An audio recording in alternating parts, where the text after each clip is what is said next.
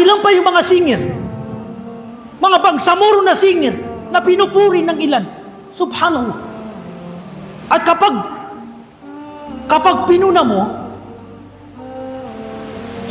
pinaalalahanan mo, dahil hayagan yung ginagawa niyang haram, at nagbigay ka ng babala hinggil sa taon na ito na walang pakundangang gumagawa ng haram, pagko-concert at dala-dala niya yung pangalang bangsamoro, Muslim, at nag-hijab pa siya sa gawaing singer at may mga nagsasayaw sa likod niya na mga nakahubad na mga kafir.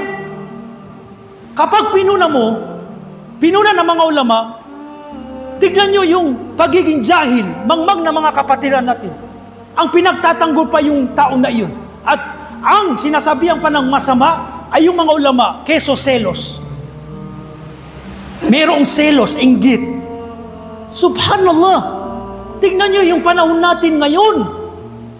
Tingnan nyo yung panahon natin ngayon. Yung fitna. Nawala na yung pride, maratabat sa agama, sa Rasulullah.